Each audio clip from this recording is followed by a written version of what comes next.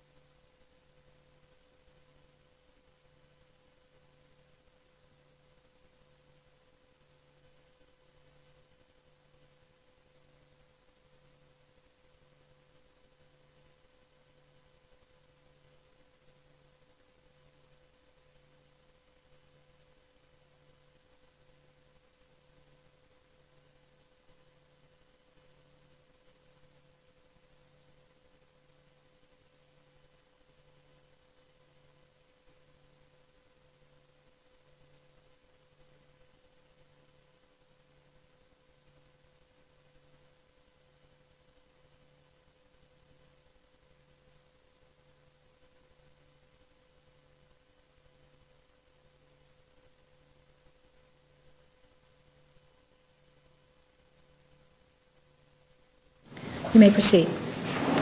The state requests that Stephen Alexander address the jury. Mr. Alexander, please come forward.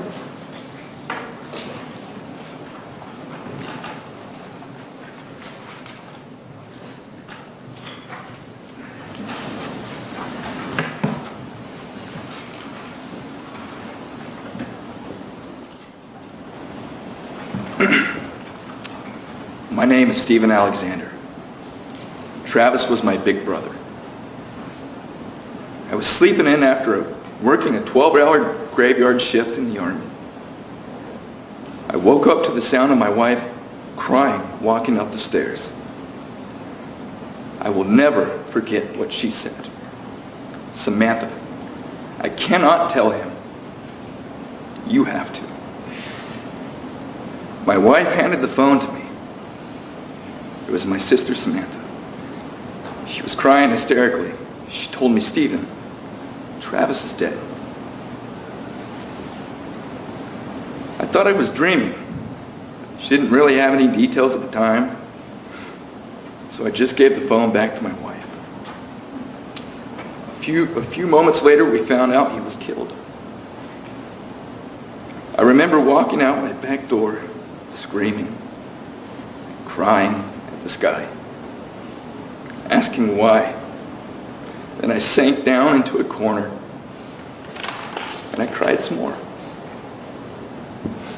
A while later, my commander called with the same news. I kept my composure, but in my head, I was reliving the same exact moment all over again. As soon as we hung up, I broke down again. I thought my brother was bulletproof. I thought he was stronger than anything. He couldn't be cut down or knocked down. He was in 2 motorcycle crashes and walked away unharmed. He wrecked several cars and nothing happened to him. He rolled a snowmobile and again, not a scratch. He was unbreakable. Who on earth would want to do this to him? For what reasons? He wanted to move forward in life, to better himself and only to help others. Why him? Unfortunately, I won't ever get the answers to most of my questions about my brother's death. Questions like, how much did he suffer? How much did he scream? What was he saying? What was the last thing he saw before his eyes closed? what was his final thought in his head. The last time I saw my brother was Christmas of 2007. We had a really good time. A lot of our family was there. We played a bunch of family games. One in particular was the American Idol game. Travis kept beating everybody. The only way I can actually beat him was by singing a Kelly Clarkson song in a girl voice so I could hit all the notes.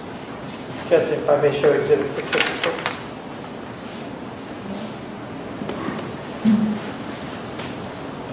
We had nicknames for each other, Stevis and Travhead.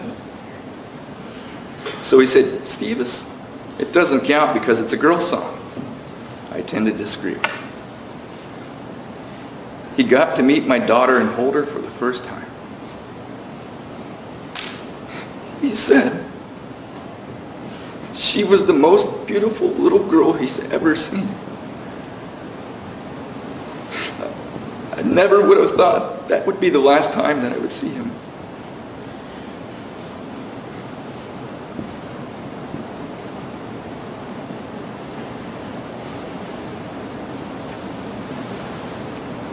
The nature of my brother's murder has had a major impact on me. It's even invaded my dreams. I have nightmares about somebody coming at me with a knife and then going after my wife and my daughter. When I wake up, I cannot establish what is real, what is a dream. I've even gone through the house, searching through rooms, shaking my family to wake them up to make sure that they are alive. My wife has woken me up out of nightmares because I was screaming in my sleep. It may sound childish, but I cannot sleep alone in the dark anymore. I've had dreams of my brother all curled up in the shower, thrown in there, left to rot for days, all alone. I don't want these nightmares anymore. I don't want to have to see my brother's murderer anymore. I don't want to hear his name dragged through the mud anymore. I've been hospitalized several times for ulcers and came very near to death. I've been on several different antidepressants. Unfortunately, none of them really worked. I wasn't able to be the husband my wife deserved. I distanced myself from everybody. My wife and I ultimately, we separated 2 years ago. And it was for a period of 2 years. My poor little girl had to be passed back and forth every week. And now, yet again, I have to be away from my wife and my child. It has been over 4 months now. I go home to California during the weekends. Every time I have to come back to Arizona, I see my little girl cry and beg me not to go.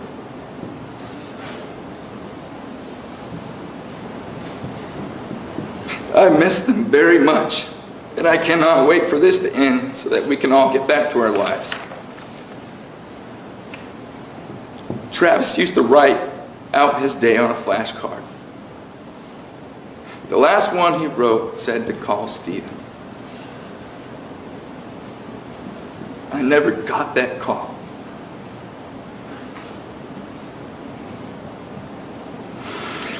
He had been concerned about my health and wanted to fly me to his house and help me quit smoking. I never got to go.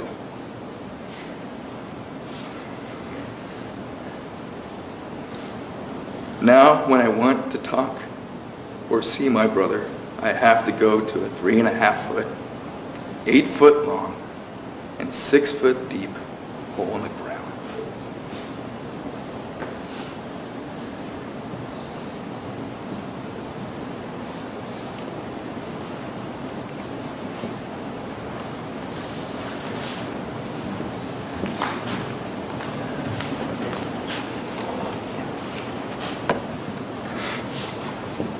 He was meant to do so much more. He never got to live his dreams. he never got to meet his goals. In 2008, he wrote his affirmations on his blog.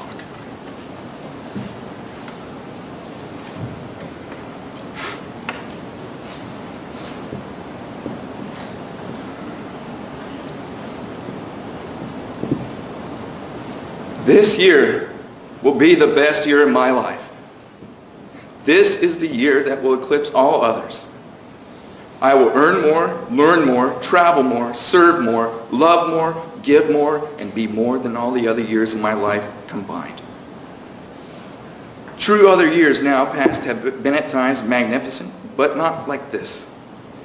This is a year of metamorphosis, of growth and accomplishment that at previous times was unimaginable. A year where the impossible will become commonplace and the unachievable will become effortlessly achieved. Where I raise myself to heights only visited by the great men and women of this world doing this year will be the best year of my life. And how will I do this?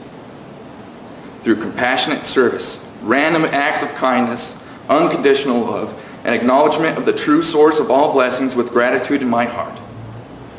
And when I fail, I will learn from my mistakes. I will strengthen my resolve, be better than I was before. What will I do to improve my finances? I will work harder, yes, but more importantly, I will work smarter and learn to leverage myself and get more out of one day than I previously got out of a month. I will succeed through integrity and through the selfless service of others. Through the powerful forces and the structure, the mind, I will tap into the source of infinite intelligence and be more efficient in all my endeavors and be an exponentially greater asset to this world. I will love and then love more. I will serve and serve more. I will forgive and then forgive more. I will not let these thoughts fade, but instead remind myself of them daily and spend time visualizing myself in accomplishment of them until the day that my thoughts become reality. Then I will not stop, but press forward to new goals and new heights in my quest to change this world. I will be a published author, and effortlessly doing so what I was meant to do to better my life and the lives of others. I will associate with more successfully minded people to be a teacher as well as a student. I will travel this great country and this great planet, gaining rich experiences founded by very few. I will find an eternal companion.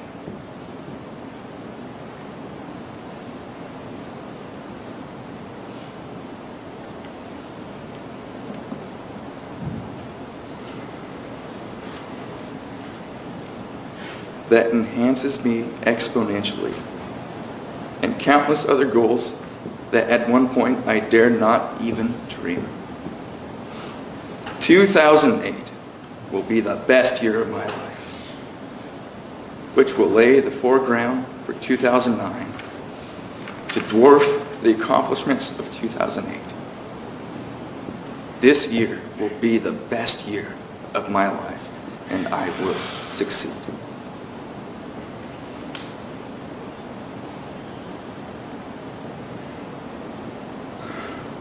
I know Travis only hoped to change one life.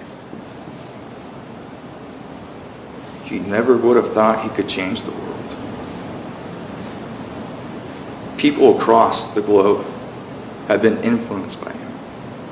Travis believed every single one of us was created to be successful. We all have different lives and trials. We just have to get there. Travis has a legacy. It is up to us to make sure it survives. You were born to be great. It is your destiny. The difference between a stumbling block and a stepping stone is the character of the individual walking the path. Travis coined that philosophy. Those are Travis's words. That is the way my brother lived his life. That is the way he wanted to continue to live. That is how he wanted us to live. He will never get to do that because he was so brutally ripped out of this world, my world.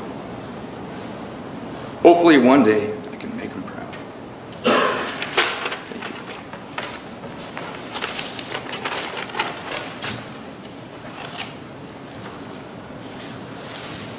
Mr. Martinez. Next is Samantha Alexander. Ms. Alexander, please come forward.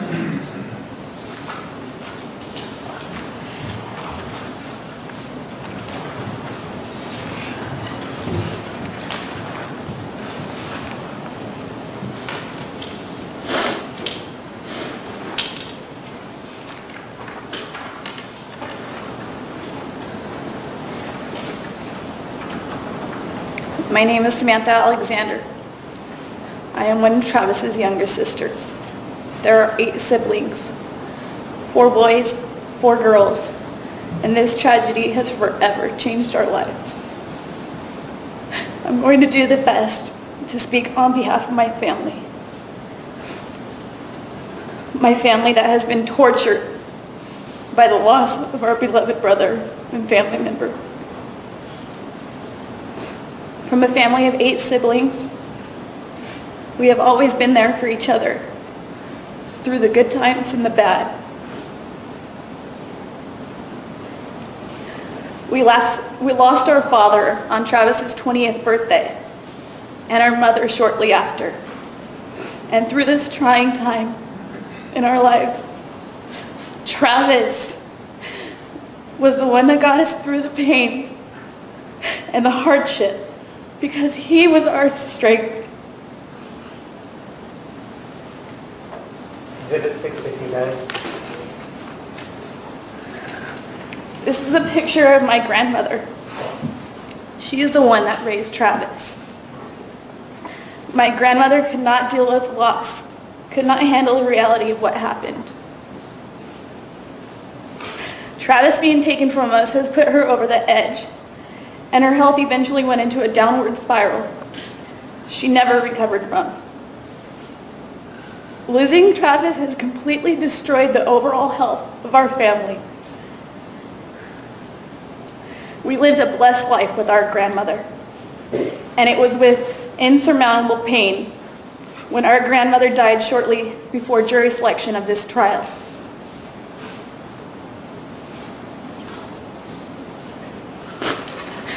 Travis was our strength, our constant beacon of hope, our motivation, and his presence has been ripped from our lives. His giving spirit, his determination for accomplishment, and his endless strength as the foundation of our family has been taken from us and never can be replaced. Something that we have all missed and will live the rest of our lives missing are our times together, especially during the holidays. Travis always gave us motivational books which were about saving the planet, 1,000 places to see before you die. It is sickening to think that he motivated us with topics he will never be allowed to live out. It's not just the holidays.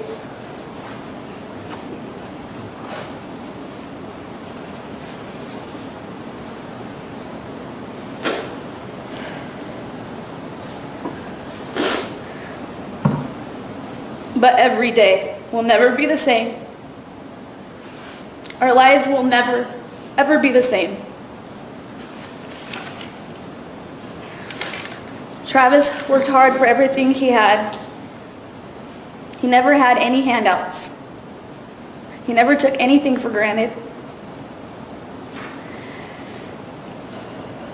Travis was not shy. He was full of life. If he were able to walk in this room, you would immediately feel his love and warmth. Travis would cry with you. He would laugh with you. He would joke with you, always lifting your spirits. Travis's greatest attributes were his ability to make others feel appreciated, accepted, and loved because he genuinely cared about making those around him feel good about themselves. His mission in Colorado is a testament to this, as was volunteering to help the homeless by driving around in his Toyota Prius with our sister Tanisha, handing out care packages to the less fortunate, providing essential hygiene products, food items, and personalized message that he wrote on the brown paper bag that held his gift. He wrote, "The difference between a stumbling block and a stepping stone is the character of the individual walking the path." You see, Travis wasn't anything but a loving brother, son, grandson, and friend. He was our strength and our motivation to make our lives better than the ones we were born into. This is exactly why Travis was such an accomplished motivational speaker. It saddens and sickens us all that his potential was cut short, and our family and the world will never receive the full benefit of his goodness.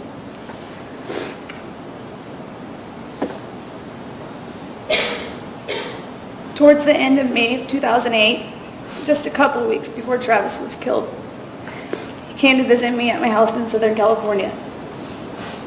He was so excited to let me read his intro to the book he was writing, motivational book titled Raising You.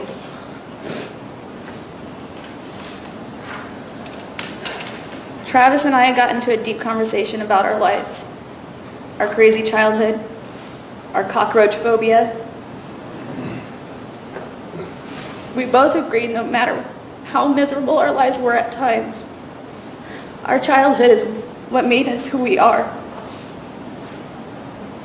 Our childhood made us strong and able to conquer anything. This was the last time I saw Travis. Exhibit number 660.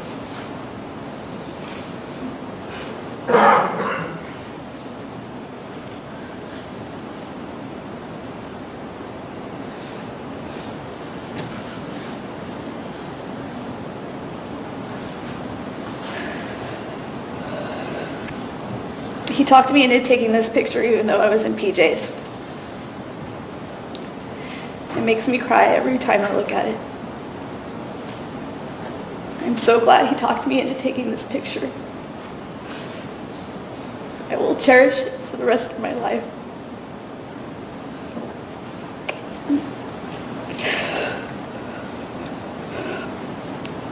Recalling the moment that I found out about my brother's death, I think of my ears ringing, my stomach burning, and this idea that this can't possibly be happening.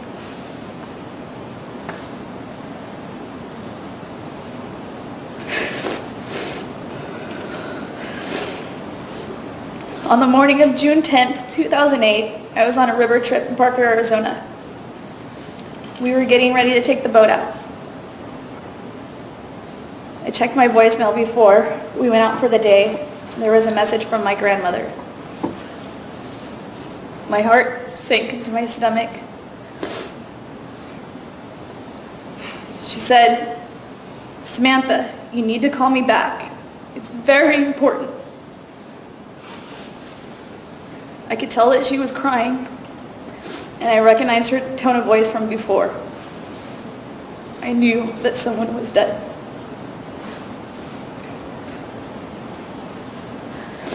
I called my grandma's house and my sister Tanisha answered the phone. She screamed at me. She said, "Samantha, Travis is dead." I could barely breathe out the words, "What happened to him?" She told me that no one knew and the police didn't provide any details.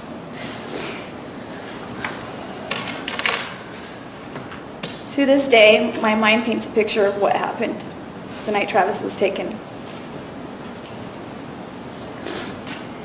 even though I try not to let it. Upon standing in the same exact spot where this horrific tragedy happened, when we had to go to Travis's house after the investigators were done, I felt the same sickening feeling. My ears ringing, burning stomach. My eyes were filled with tears to where I could barely see.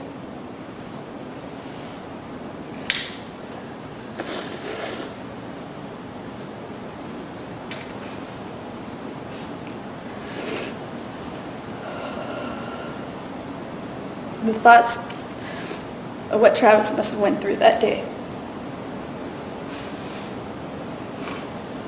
The pain, the agony, the screams and fear that Travis must have felt when he was brutally being taken.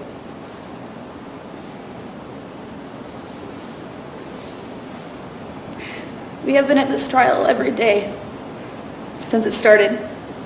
We have heard every detail about the crime and the injuries Travis suffered. I am a police officer, and some of these photos are more gruesome than I've ever seen in my 11 years of law enforcement. Our minds are permanently stained with the images of our poor brother's throat slit from ear to ear. Our minds are stained with the image of Travis's body slumped dead in the shower.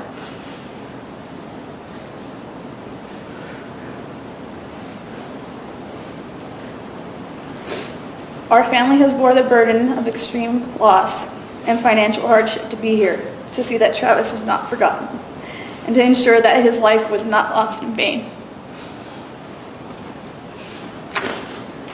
From being away from our sons, our daughters, nieces and nephews, stepping down from opportunities in the workplace,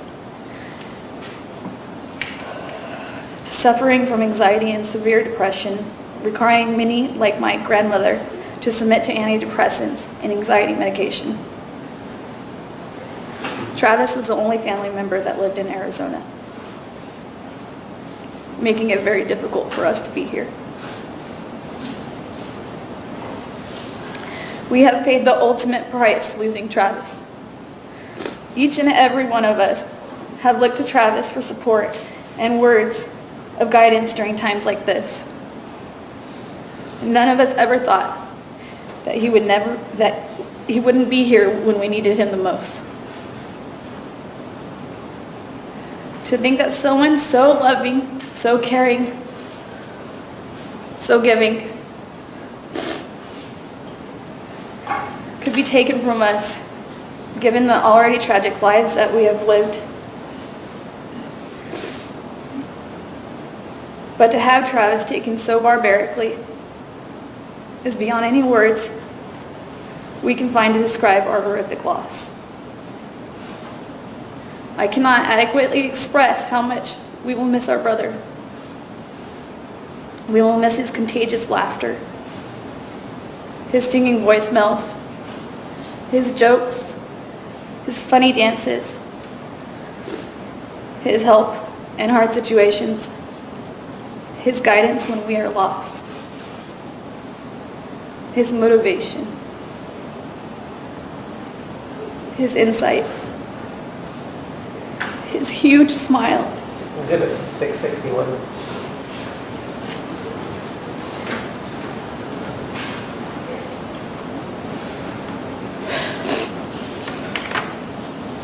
Him being there on the holidays.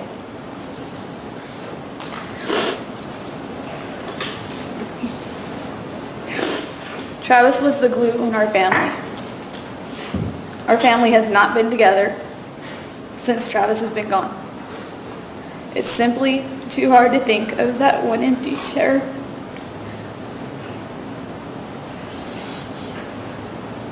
We miss his charisma, his goal to make someone feel good about themselves and to make someone smile, no matter who they are or what they look like. Travis had an incredible heart. He had a huge heart. And it was this huge heart and his kindness that will forever be missed. We were robbed of so many good memories, so many awesome moments with Travis. Our lives will never be the same. We can never get him back.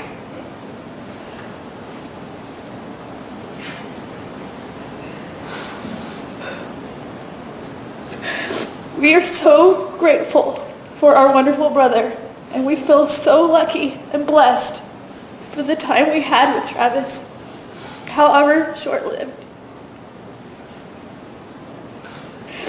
We would give anything to have him back. Anything. Thank you.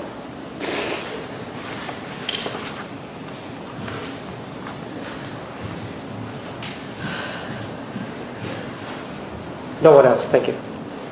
Ladies and gentlemen, we are going to take the noon recess. Please be back in the designated area at 2 o'clock, and we will start promptly at that time, 2 o'clock. You are excused. Please stand for the jury.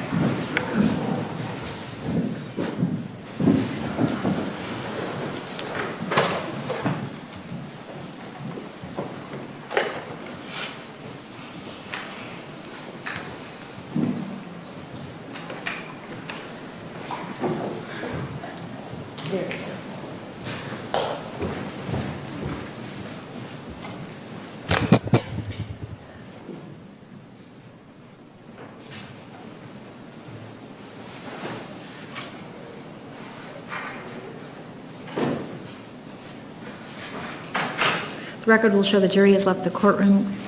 Counsel, please approach. We are in recess.